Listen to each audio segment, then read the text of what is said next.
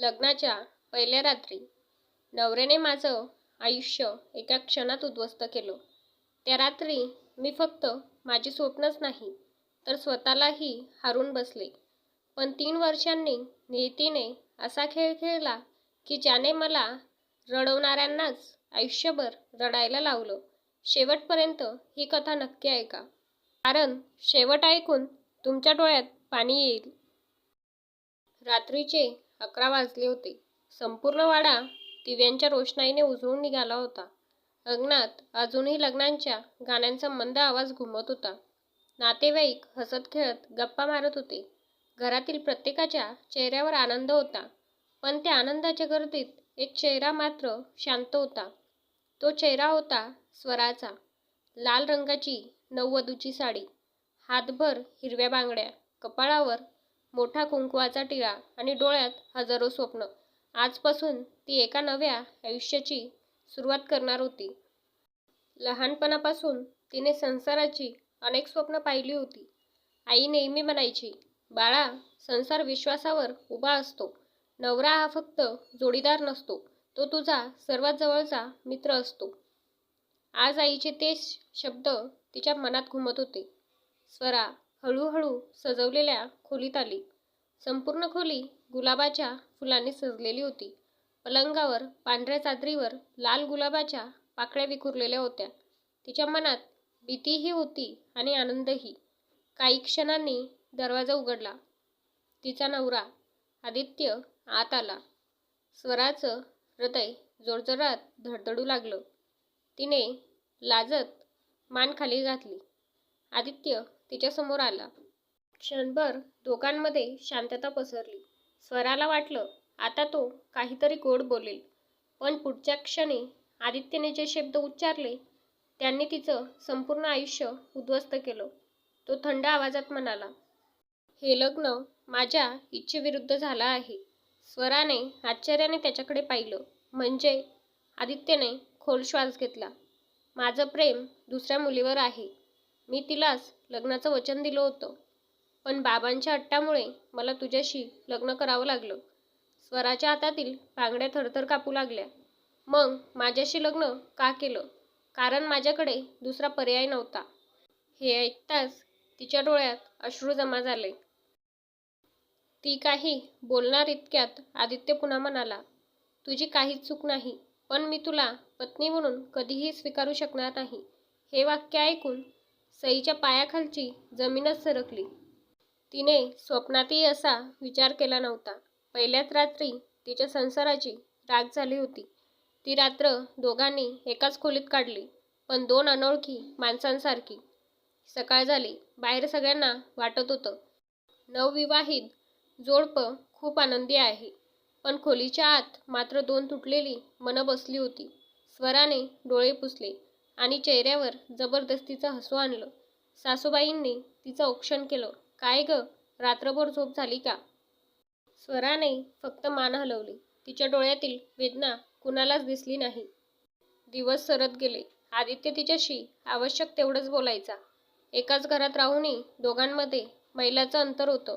स्वराने अनेकदा त्याच्याशी संवाद साधण्याचा प्रयत्न केला. आपण नव्याने सुरुवात करू शकत नाही का?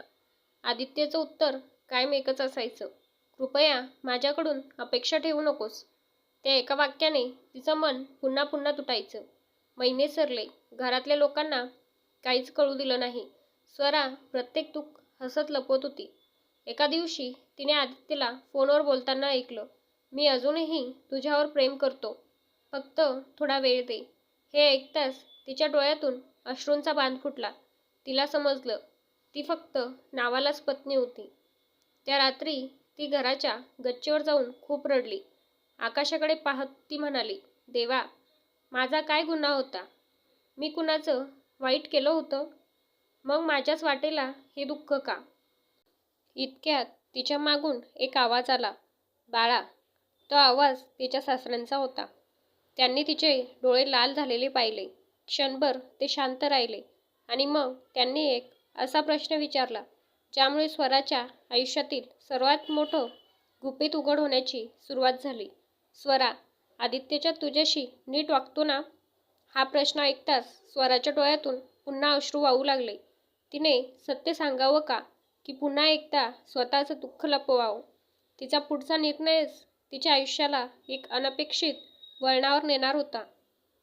स्वराच्या डोळ्यातून अश्रू थांबायचं नाव घेत नव्हते. सासरे विनायकराव तिच्यासमोर उभे होते. त्यांच्या चेहऱ्यावर काळजी स्पष्ट दिसत होती. बाळा, खरं सांग, आदित्य तुझ्याशी नीट वागतो ना? स्वराच्या शब्द घशात अडकले. तिला वाटलं आज सगळं खरं सांगून टाकावं, पण पुढच्या क्षणी आईचे शब्द आठवले. संसारात काही गोष्टी संयमाने जिंकाव्या लागतात. तिने पटकन डोळे पुसले आणि म्हणाली, हो बाबा, काही नाही, फक्त आईची आठवण आली. विनायकरावांनी तिच्याकडे काही क्षण निरखून पाहिलं. त्यांना तिचं उत्तर पटलं नव्हतं, पण त्यांनी अधिक काही विचारलं नाही. दिवसामागून दिवस सरत होते. घरात स्वरा सगळ्यांची मनापासून सेवा करत होती. सासूबाई आजारी असल्या की रात्रभर जागून त्यांची काळजी घ्यायची. विनायकरावांना वेळेवर औषध द्यायची. घरातील प्रत्येक काम ती हसतमुखाने करायची. पण तिच्या स्वतःच्या आयुष्यात मात्र हसू उरलं नव्हतं. आदित्य सकाळी ऑफिसला जायचा आणि रात्री उशिरा घरी यायचा. तो मुद्दाम तिच्याशी बोलणं टाळायचा. जेवणाच्या टेबलवरही दोघांमध्ये फक्त शांतता असायची.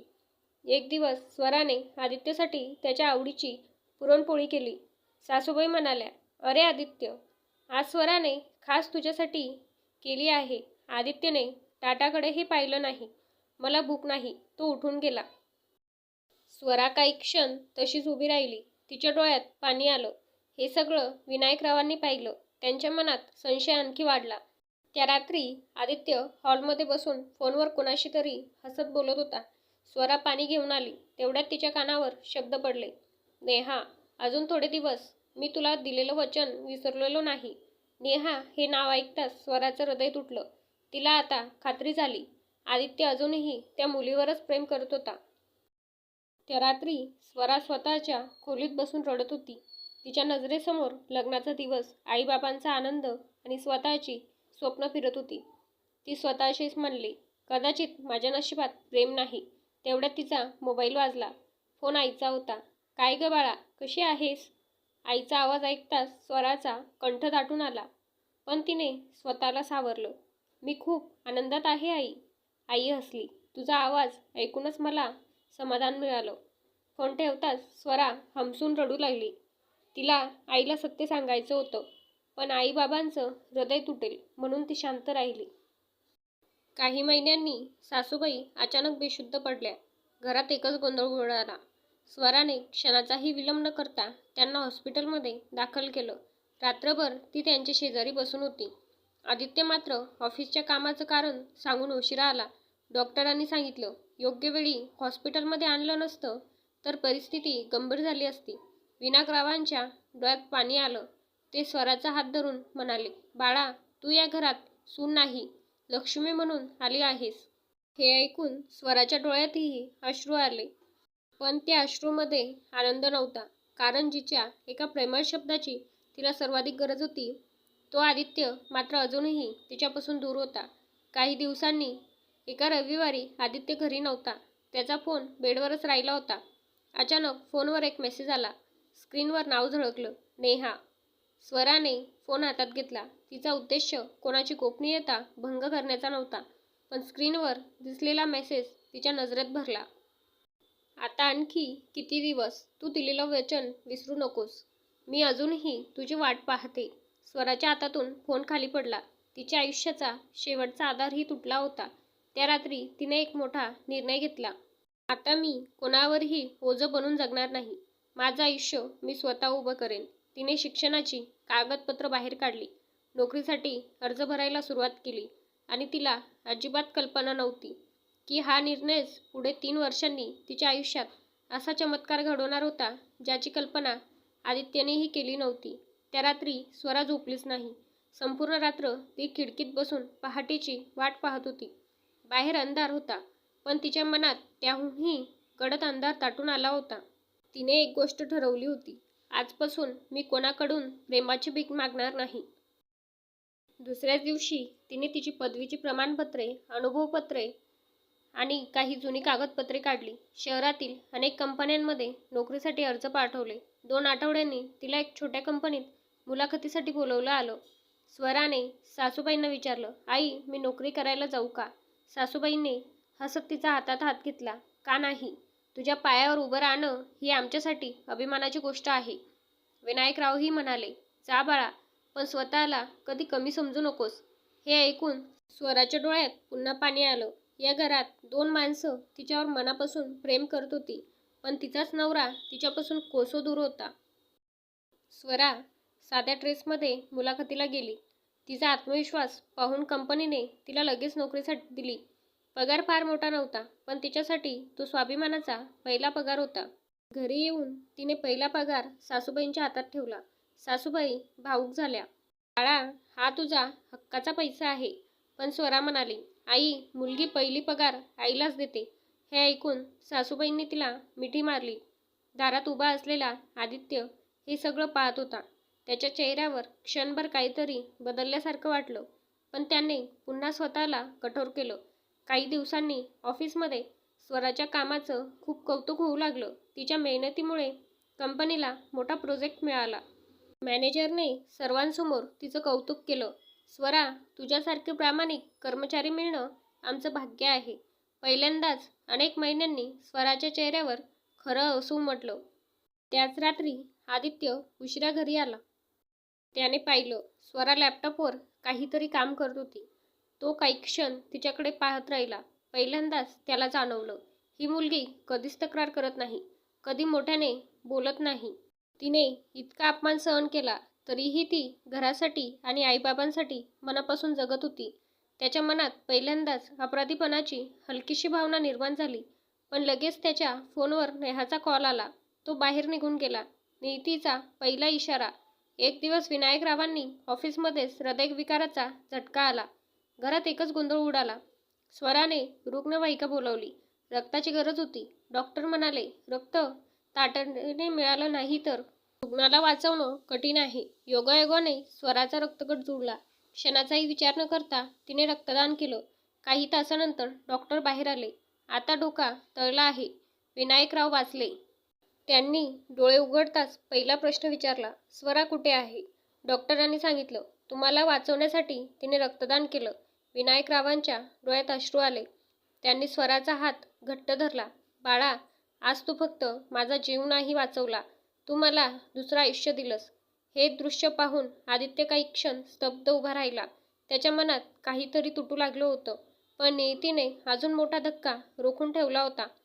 त्या रात्री आदित्यचा फोन पुन्हा वाजला. फोनवर नेहा होती. आदित्य हॉस्पिटलच्या बाहेर जाऊन तिच्याशी बोलू लागला. स्वरा पाणी घेऊन जात असताना तिच्या कानावर नेहाचे शब्द पडले, आदित्य, आता मला खरं सांगण्याची वेळ आली आहे. 3 वर्षापूर्वी मी तुझ्याशी जे बोलले होते ते पूर्ण सत्य नव्हतं. हे ऐकताच आदित्यच्या चेहऱ्याचा रंग उडाला.